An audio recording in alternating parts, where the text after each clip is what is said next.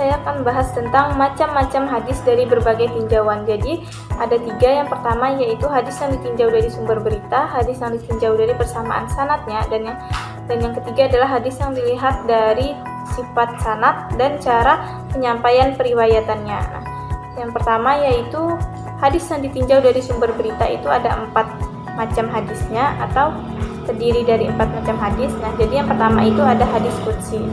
Jadi hadis qudsi ini berasal dari secara bahasanya itu berasal dari kata al-quds yang berarti suci atau at-taharah dan at-tanjih. Sedangkan menurut istilahnya yaitu ialah sesuatu yang dipindahkan dari Nabi SAW serta penyandarannya kepada Allah.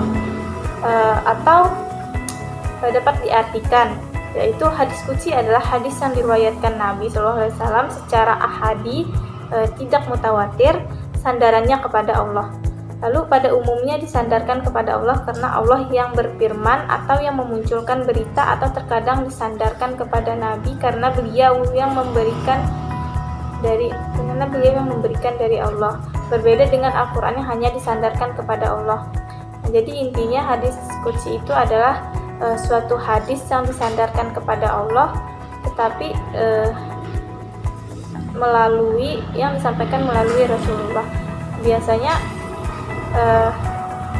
dalam hadis qudsi ini terdapat kata-kata seperti qala Rasulullah sallallahu alaihi wasallam fima yarwi ar-rabbih ta'ala, atau artinya Rasulullah sallallahu alaihi wasallam bersabda pada apa yang diriwayatkan dari Tuhannya.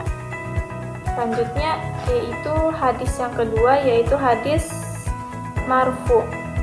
Nah, jadi hadis marfu ini secara bahasanya artinya yang diangkat atau yang ditinggikan. Sedangkan menurut istilahnya yaitu sesuatu yang disandarkan kepada Nabi secara khusus, baik perkataan, perbuatan, atau takrir. Baik itu sanadnya itu mutasil, bersambung-sambung, tidak putus-putus, maupun munkati atau mu'adal. Lalu bisa dikatakan hadis marfu itu adalah berita yang disandarkan kepada Nabi Muhammad SAW, baik berupa perkataan, perbuatan, sifat, dan persetujuan sekalipun sanadnya tidak bersambung atau terputus, seperti hadis mursal mutakin atau munakkati. Sedangkan untuk hadis marfu ini tergolong lagi menjadi 3, yaitu ada marfu qauli, marfu fi'li, marfu takdiri. Yang mana marfu qauli itu adalah perkataan Nabi SAW, sedangkan marfu fi'li itu adalah perbuatan pekerjaan yang disandarkan kepada Nabi SAW, dan marfu takriri itu adalah persetujuan Nabi. Itu. Lalu kita akan bahas hadis yang jenis ketiga yaitu hadis mauquf. Jadi hadis mauquf itu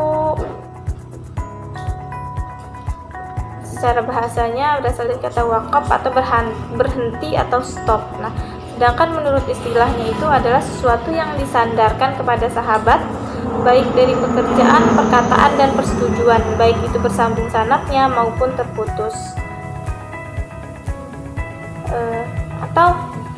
Jadi intinya hadis mauquf itu adalah sesuatu yang disandarkan kepada seorang sahabat atau segolongan sahabat, baik berupa perkataan, perbuatan, dan persetujuan, baik bersambung sanadnya atau terputus. Jadi sandaran hadis ini hanya sampai kepada sahabat, tidak kepada Nabi. Lalu dijelasnya hadis ini perkataan seorang sahabat atau perbuatan dan persetujuannya. Seperti itu. Sedangkan contoh hadis mauquf itu sendiri ada 3 juga, yaitu yang pertama ada contoh mauquf qauli, yaitu perkataan sahabat. Yang kedua itu adalah mauquf fi'li atau perbuatan dari para sahabat. Yang ketiga yaitu contoh mauquf takdiri, persetujuan dari sahabat itu sendiri. Lalu hukum mauquf ini sebenarnya adalah sebagian ulama memasukkan hadis mauquf itu ke dalam hadis yang dhaif. Nah, ada pula yang sebagian ulama yang mengatakan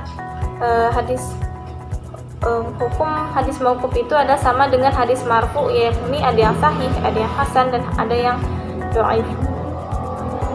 Lalu hadis mauquf itu dinilai marfu. Nah, apabila seperti yang saya sebutkan tadi bahwa hadis mauquf itu tidak dapat dijadikan hujjah kecuali jika hadis tersebut dipandang marfu secara hukum.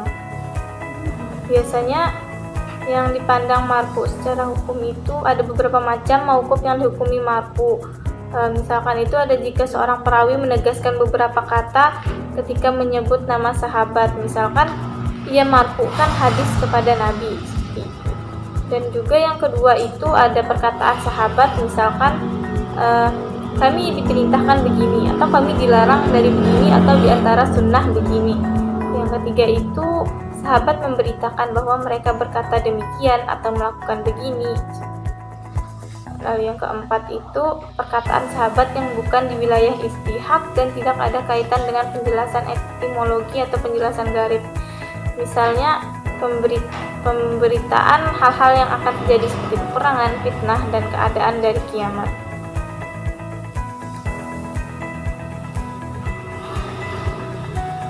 Yang kelima itu ada perbuatan sahabat yang bukan di wilayah istihad, seperti salatnya Ali pada salat gerhana matahari setiap rakaat lebih dari 2 ruku.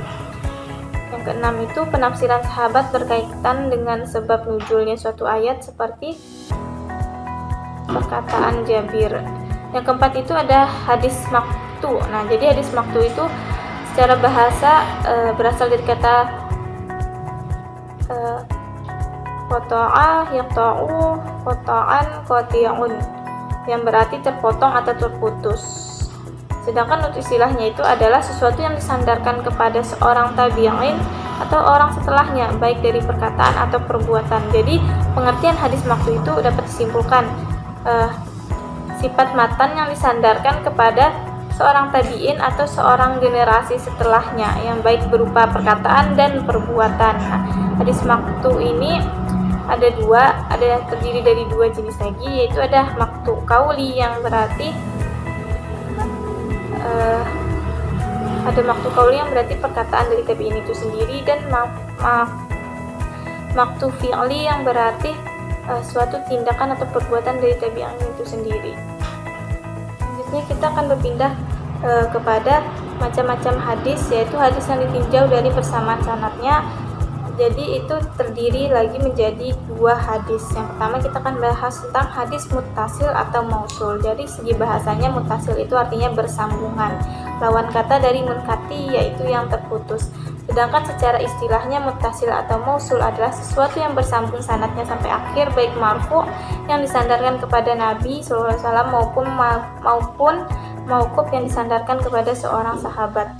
Jadi bisa diartikan sebagai hadis muttasil atau mausul itu adalah suatu hadis yang bersambung sanadnya, baik periwayatan itu datang dari Nabi ataupun datang dari seorang sahabat, tetapi bukan datang dari seorang tabi'in. Nah, jadi hadis muttasil atau mauquf ini ada yang berderajat sah, ada pula yang lemah karena celahnya rawi, bukan karena terputus sanadnya. Selanjutnya yang kedua adalah hadis musnad. Nah, dari segi bahasa musnad ini artinya menyandarkan, menggabungkan, menisabkan, yang mana atau bisa juga diartikan sebagai yang disandarkan, digabungkan, atau dinisabkan. Sedangkan istilah musnad itu adalah sesuatu yang bersambung sanadnya dan marfu yang disandarkan kepada Nabi. Dengan kata lain, hadis musnad itu adalah suatu hadis yang bersambung sanadnya, tentunya baik itu dari awal sampai akhir, tetapi sandarannya itu hanya kepada Nabi, tidak pada sahabat dan tidak pula pada tabi'in. Jadi perbedaannya adalah antara hadis muttasil atau mausul dengan hadis musnad ini adalah kalau hadis muttasil atau mausul itu hadis yang sanadnya itu periwayatannya itu datang dari Nabi atau bisa juga datang dari seorang sahabat, tetapi tidak dari tabi'in. Sedangkan hadis musnad itu sanadnya itu dari awal sampai akhir, tetapi sandarannya itu hanya kepada Nabi, tidak pula pada sahabat, tidak pula kepada tabi'in. Nah, selanjutnya adalah macam-macam hadis, yang dimana hadis dilihat dari sifat, sanad, dan cara penyampaian periwayatannya. Itu ada 2 macam hadisnya, yaitu yang pertama ada hadis mu'an'an. Jadi hadis mu'an'an itu adalah suatu hadis yang jalannya diisnadkan dengan kata-kata an, hadis yang diriwayatkan dengan menggunakan perkataan an fulanin atau dari fulan siapa seperti itu. Lanjutnya yang kedua adalah hadis mu'annan. Jadi hadis mu'annan ini bisa juga diartikan sebagai yang berhuruf anna atau inna. Dalam ilmu hadis dikatakan suatu hadis yang dalam sanadnya itu ada huruf anna atau inna. Jadi hadis mu'annan ini adalah suatu hadis yang di dalam sanadnya itu ada huruf anna atau innanya, maka itu digolongkan ke dalam hadis mu'annan.